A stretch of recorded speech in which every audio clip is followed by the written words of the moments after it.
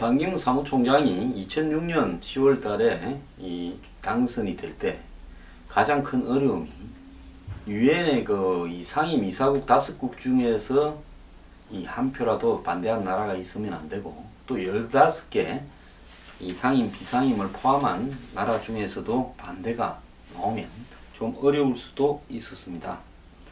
근데 그 중에 한 나라가 계속 반대를 하다가 마지막에는 기권을 했는데요. 그래서 14개 찬성 기권 하나가 나왔는데, 그 나라가 일본이 아니었나, 이런 어떤 시각이 굉장히 있었습니다. 그래서 일본이 한국의 이 유엔 사무총장에 대해서 굉장히 견제하고 부정적인 입장이었다, 이렇게 지금 평가되었고요. 중국은 반 총장에 대해서 굉장히 우호적이었다는 겁니다. 저는 이 부분을 반 총장이 앞으로 대선을 가는데 반드시 좀 극복해야 될 과제가 아닌가라고 생각을 하고요. 대선 주자로서 반 총장이 중국에 이렇게 유엔 사무총장으로 받았던 우호적인 어떤 측면을 대선 주자로서는 극복을 해야 된다. 지금 한중 간의 관계 부분 때문에 한미 간의 관계가 상당히 위태로운 상황이고요.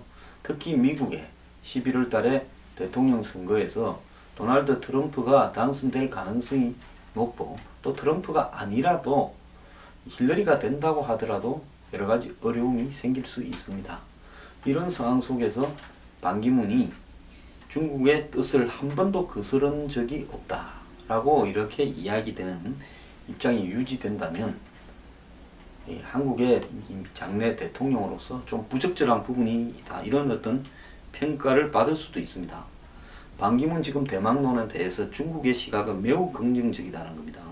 중국의 베이징의 조간신문 북경신보는 보도를 통해 잠룡 반기문이 한국 대통령에 나설 의사를 밝히다라고 보도했다는데요. 자, 그러면서 이 반기문이 여당이 지금 후보가 제대로 없어서 암담한 상황에 빛이 됐다라고 이야기하면서 아주 유일한 싹이다, 이렇게 보도를 했답니다. 그리고 한 여론조사, 한국의 여론조사를 인용하면서 38%의 지지율을 확보해서 다른 후보들보다 좀 앞서 있다라고 이야기하고, 그 새누리당이 지난 총선에서 져서 참패해서 이렇게 받은 타격을 반기문이라는 외부인이 그걸 메꿔주게 생겼다라고도 이야기했는데요. 중국은 2006년 이 반기문이 유엔 사무총장이 되는 데는 우리가 큰 역할을 했다, 이렇게 이야기를 하고 있었습니다. 당시 유엔 사무총장직은 아시아의 도로를 차례였고, 반기문의 경쟁자는 중국의 숙적인 나라 인도의 이 타투르라는 사람이었습니다. 반기문은 이런 타투르와 여러 차례 예비 투표를 거쳐서 당선이 되었는데요. 당시 중국 관리들은 우리가 인도 후보를 지지하겠느냐, 당연히 이 판지원, 반기문을 중국말로 하면 판지원이라, 판지원을 밀지, 이렇게 이야기했답니다. 반기문 총장은 당선된 뒤 국제 외교 무대에서 중국의 뜻을 거스른 일이 없었습니다. 북한 핵 문제 해결에 중국을 비판한 일도 없었습니다. 반 총장은 2015년 4월 21일에는 동생 반기상을 중국 복건성 창러시 장티엔 진 산시촌이라는 시골 마을로 보내서 현지의 반시들과 동조 동건, 즉 한 뿌리다, 역사적으로 같은 조상을 가진 뿌리다 라는 어떤 이 행사까지 가졌다고 합니다. 당시 중국의 관영 매체들은 반기문이 중국에 와서 조상의 제사를 지냈다, 이렇게 보도하기도 했습니다. 반기문 총장은 2015년 9월 4일에는 중국 항일전쟁 승리 70주년 열병식에 참석한 뒤, 당시 박근혜 대통령도 갔을 그 행사입니다. 그 산둥성에 있는 태산에 올라서 더더욱 중국인들의 호감을 샀다고 합니다. 그리고 그때 비가 와가지고 태산에 올랐는데 비가 오면 뭐 큰 뜻을 이룬다, 이런 이야기까지도 있었죠. 그래서 당시 이 부인을 동반하고 유엔 주재 중국 대사 그리고 이 태산이 있는 태안시 당서기 등과 함께 등산을 했는데 비가 내려서 중국 매체들이 비가 내리는데 태산에 오르면 소원이 성취된다 하고 이렇게 호들갑을 떨었다고도 합니다.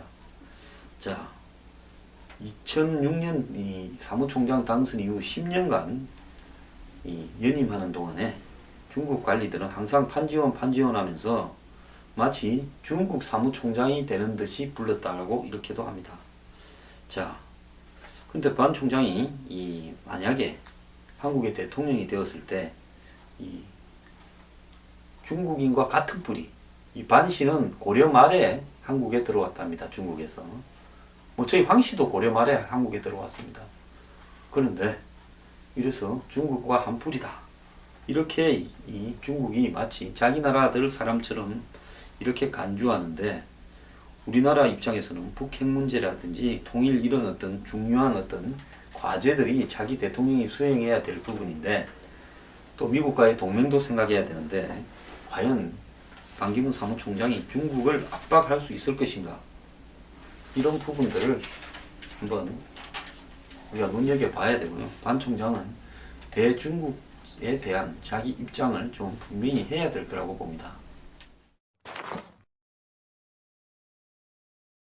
반 총장은 참 정권마다 넘나들면서요 탁월한 어떤 처신력을 발휘했습니다. 제가 처신의 력이라고 붙인 것은 처신술을 다 차원을 넘어서는 그야말로 관료가 정권마다 다 눈에 든다라는 것은요 정말 어려운 이야기입니다. 자, 이분이요 외시에서 뭐 2등인가 이렇게 아주 좋은 성적을 거두셨다는데 주미대사관, 주일대사관을 가지 않고 가정환경이 어려워서 돈을 좀 세이브하려고 당시 인도로 갔고 그래서 인도 대사하던 노신영 전 총리가 반 총장을 외교부 장관, 비서실장을 시키는 그런 어떤 부분을 통해서 이 탄탄대로를 달려왔다. 이렇게 알려지고 있습니다. YS 때 청와대 외교안보 수석을 했고요. 그리고 2000년 DJ 때 외교부 차관을 해서 이때 JP가 당시 천수변 이 중국, 대만 총통의 어떤 방문 요청을 받고 이 DJP 연합 정권에서 2인자가 대만을 방문하려고 했을 때 중국을 의식해서 대만을 방문하지 않았으면 좋겠다라는 의사를 JP한테 집을 방문해서 전달하러 간 사람이 반기문 차관이고 이때 JP의 눈에 들어서 그저께 JP와 30분 면담을 했고 JP가 굉장히 흡족하다고 이야기를 했죠. 근데 외교부 차관 때 NMD 국가미사일 방어와 관련해서 그 외교부에서 이 좀 경질되는 그런 이 문제를 겪었습니다. 굉장히 충격적이었겠죠. 탄탄대로를 달려온 자신으로서는요. 그런데 국장급이 가는 자리인 한성수 당시 유엔 총회의장의 이 비서실장을 자처했습니다. 자, 차관까지 지낸 사람이 2등급을 낮춰서 한성수 유엔 총회의장, 유엔 총회의장은 매년 돌아가면서 맡는데 그 해 한국이 맡게 되어가지고 한성수 전 총리가 이 총회의장을 맡았는데 거기에 비서실장으로 따라서 유엔에 가서 잠시 있으면서 사람들을 많이 이렇게 익혔다는 겁니다. 그것이 유엔 사무총장에 가야 되겠다라는 욕심을 가지게 된 아주 계기가 되었다. 이렇게 이야기도 알려지고 있습니다. 그리고 2003년에 노무현 정권으로 바뀌었는데 외교정책보좌관으로 다시 청와대에 롤백을 했습니다. 자, YS 때 이미 외교안보수석을 했는데 자, 그럼 90년대 아닙니까? DJ 때 차관을 했고 그런 분이 다시 외교정책보좌관으로 이렇게 청와대로 들어갔다. 그러니까 외교안보수석보다 정책보좌관이 좀 낮으면 낮았지. 두 정권 뒤에 더 낮은 직급으로 청와대에 들어갔다가 이제 윤영관 장관이 당시 뭐 자주론자니 뭐 친미론자니 그 대결이 있지 않았습니까? 외교부 안에 이종석 씨와 자주론자라고 부르는 이종석 씨와 뭐 친미론자라고 불리우는 윤영관 장관 등 외교 관리들에 대한 문제. 그래서 일부 외교부 뭡니까 간부들이 사석에서 정권을 비판하는 대미 정책의 좀 반미적이다 지나치게 이래서 정권을 비판하는 말이 알려지게 되면서 당시 장관부터 시작해서 주요 대미 라인에 있는 외교부의 관료들이 교체가 됐습니다. 그때 이제 장관직을 이렇게 차지하게 된 거죠. 자, 그러고 난 뒤에 2004년입니까? 김선임 사태가 생겼는데, 그러니까 외교부 장관 되자마자 김선임 사태가 생겼습니다. 자, 그때 이 야당은 반기문 바꿔라 이랬습니다. 저는 그때 김선일 사태를 잘 알고 있습니다. 왜 잘 알고 있느냐? 제가 이라크 갔을 때 바로 옆집에 김선일이 있었고 가나무역에. 그래서 김선일과 같이 밥도 먹고 아이스크림도 먹고 이야기도 자주 나누고 또 제 사무실에 놀러 오기도 했습니다. 부산에라서요. 그래서 그 친구가 제가 한국에 왔는데 어느 날 참수되었다라고 보도가 되길래 제가 그 문제를 해결하기 위한 대책위원회를 좀 맡아달라고 이라크에 제가 알던 이 가나무역 김천호 사장 등 몇 분이 간절하게 부탁을 해서 제가 당시 기자회견을 하면서 9시 뉴스의 메인에 등장하기도 했고 또 그 문제 때문에 국회에서 열린 청문회도 나가기도 했습니다. 당시 외교부가 매우 서투르게 대처를 했고 김선일이 참수되는 순간에 반기문 장관이 이 중동에 있는 한 TV와 출연을 해서 인터뷰도 하기도 했죠. 어쨌든 그런 부분에 대해서 대처를 잘 못해서 경질시켜라는 야당의 요구에도 노무현 전 대통령이 끝내 버텨서 그때 바뀌지 않았습니다. 그리고 이제 이 엑스파일 사건이 터지면서 주미대사 홍석현 씨가 중앙일보 회장 말입니다. 이 당시 유엔 사무총장으로 가기로 내정이 됐고 열심히 이 운동을 하기 위해서 주미대사를 갔는데 엑스파일 사건이 터지면서 그러니까 그게 그 당시 국정원 당시 도청한 내용이죠. 그래서 주미대사를 그만두게 되었습니다. 그래서 이제 유엔 사무총장의 외교부 장관이던 반기문 사무총장이 그럼 제가 한번 하겠다라고 이렇게 나서게 된 거죠. 그래서 노무현 정부로서는 돈도 꽤 좀 썼습니다. 당시 이 더타임스가 한국 정부가 유엔 자리를 살려고 돈을 제공했다 이런 보도까지도 했습니다. 저는 이게 나쁘다는 게 아니라요. 뭐 한국이 월드컵 유치하고 뭐 한국이 올림픽 유치할 때 돈 좀 썼지 않습니까? 그거 안 하면 뭐 되겠습니까? 어쨌든 아프리카 국가들의 원조를 1억 달러 증가했다. 그리고 수천만 파운드를 또 더 지원하려고 그런다. 유럽 국가가 유리한 무역협정을 맺어주려고 한다. 페루에 그랜드 피아노를 제공했다 등등의 뭐 이야기도 나왔습니다. 그래서 반기문 사무총장 그 당선이 확정되니까 노무현 대통령이 기뻐서 2006년 10월 24일 날 당시 청와대에서 이렇게 파티를 열었고요. 당선 환영 파티를 열었고 그리고 이 노벨상도 돈 주고 샀다고 이야기를 막 하고 하니까 DJ 당시 대통령의 이야기겠죠.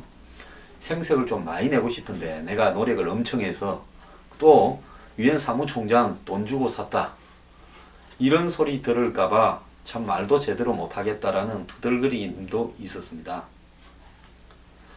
어쨌거나 당시 한국이 인도네시아 표를 얻으려고 유엔 안보리 비상임 이사국을 가게 돼 있었는데 그것도 안 하겠다고 인도네시아에 양보하기도 했고 여러 가지로 정부가 나서서 돈도 꽤나 쓰고 애를 썼습니다. 자, 이런 부분들이 이제 앞으로 그 노무현 정권이 이제 그 이후에 패족으로 몰려서 사라졌다가 지난 2012년에 등장해서 대통령 입구까지 갔다가 안 됐는데 이제 친노 진영에서 가장 유력한 어떻게 보면 뭐 따놓은 당상이라고 자기들끼리는 이야기를 했을 문재인 전 대표가 대통령 자리에 접근해 있는데 반기문 씨라는 카드가 갑자기 나타나서 이걸 흔드니까 친노 입장에서는 반기문 사무총장에 대한 자신들이 이 만드는 과정에서의 비하인드 스토리를 폭로할 가능성이 있다고 보고 있습니다.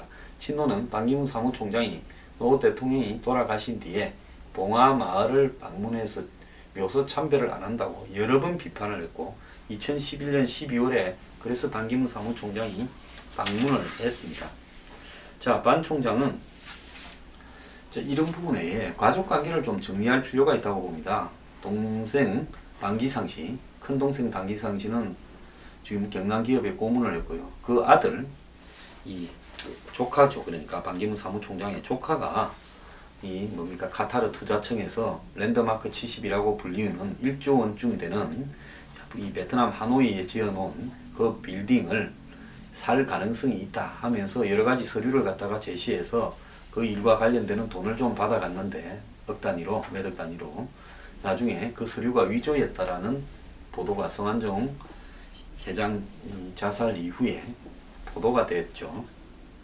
근데 뭐 어떻게 잘 수습을 했는지 보통 사람이 그렇게 했으면 사기로 이 뭡니까 미국에 있는 일종의 이 컨설팅사를 만들어서 카타르 투자청에서 나한테 이걸 갖다가 투자하기로 했다라는 확인서나 이런 것이 있다라고 보여주면서 그 일을 활동하기 위한 돈을 받아갔는데 나중에 그 서류 자체가 가짜였고 카타르 투자청 역시 우리 그런 거 하려고 한 적이 없다라고 이야기하는 사실상의 완벽한 사기였습니다. 근데 그 보통 사람 같으면 그 정도 되면 구속이 되고 그랬을 건데 그 일도 그냥 흐지부지 넘어갔습니다. 어쨌거나 이 경남기업의 성완종 회장이 반기문 사무총장을 이 충청 포럼을 만들어서 아주 적극적으로 후원했고 반시 일가의 패밀리 모임에도 참석한다라고 그때 다이어리에 적혀 있었던 부분으로 본다면 굉장히 밀접한 사이였다. 이런 부분에 대해서 아마 앞으로 좀 공격이 나올 수 있을 것 같고요. 2011년입니까? 4월인가 뉴욕의 그랜드 센트럴역에서 열린 유병헌 씨 당시 뱁새 사진 전시회에 부부가 반기문 사무총장 부부가 참석했다라는 이야기가 종편에서 공개되기도 했죠. 그리고 그 부분과 관련해서 뭐 사진이나 영상이 있다 이런 이야기도 떠돌아다니고 있습니다. 이런 부분도 명확하게 해명을 해야 되고요. 유병헌과의 관계도 정리를 정확하게 해야 될 거라 봅니다. 또 반기호 씨라고 하는 분이 보성 파워텍이라고 이 뭡니까 전기 철탑 등을 만드는 기자재 회사에 지금 부회장으로 가 있는데 거기 지금 가장 큰 반기문 테마주가 되어 있습니다. 근데 보성 파워텍은 뭐 전란으로 인해 갖고 재건 복구가 필요한 나라에 그 철탑 등을 갖다가 수출하는 그런 부분도 있기 때문에 뭐 혹자들은 그런 부분이 유엔 사무총장의 역할과 연계되어 있다 이런 비판들도 하는 사람도 있습니다. 그런 부분도 명확하게 정리를 해야 되고요. 제가 생각할 때는 반기문 사무총장의 가족들이 일선에서 후퇴해서요 순수하게 형님을 돕는 쪽으로 가는 것이 바람직하지 지금처럼 기업계에 이렇게 퍼져 있는 것이 옳으냐 또 형을 공식적으로 대변하는 인터뷰 등을 하는 것이 옳으냐는 데 대해서 저는 부정적이며 반 총장의 일에 좀 도움이 안 되는 거 아니냐라고 생각하고 또 반 총장이 딸이 하나 있는데 그 딸의 남편이 인도 사람인데 이분이 아마 유엔에서 굉장히 좀 특혜를 받았다. 각종 직책에서 유엔에 근무하고 있는데 이런 비판도 있습니다. 이런 부분들 반 총장이 명확하게 극복해야 될 것으로 보고 있습니다.